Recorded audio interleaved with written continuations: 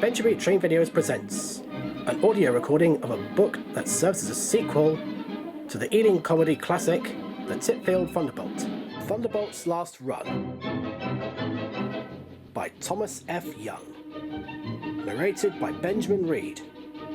The Titfield Thunderbolt continues. In this series of recordings, this book will show you what happens after the events of the film, what the characters got up to, and will tie up some of the loose ends that were left from the film.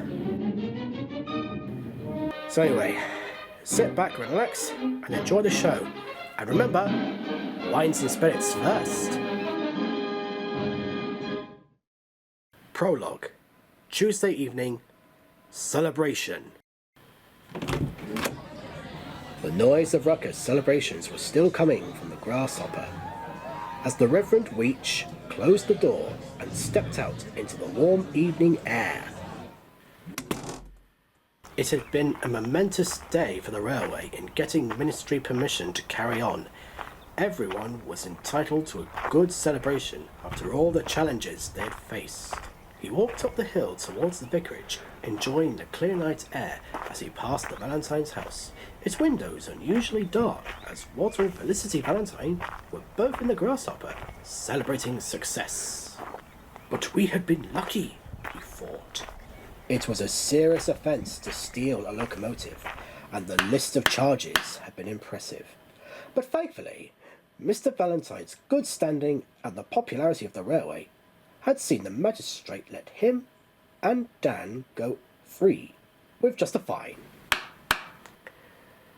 Pearce Crump's offence had been too serious for the magistrate to deal with, and they had both been remanded to prison to await judge and jury and the Crown Court.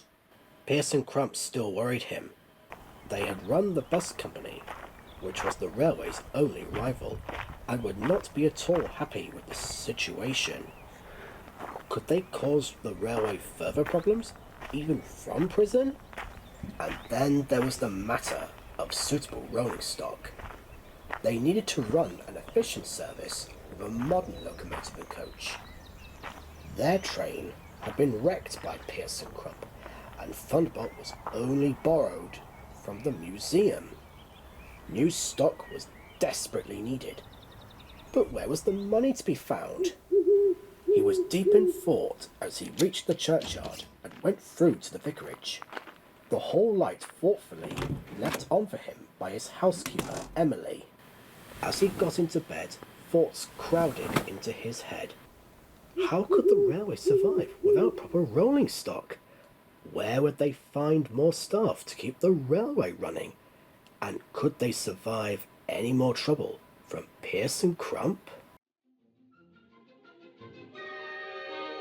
That was the prologue to Thunderbolt's Last Run, celebration. Next time, we will show you the first part of Chapter 1, recruitment.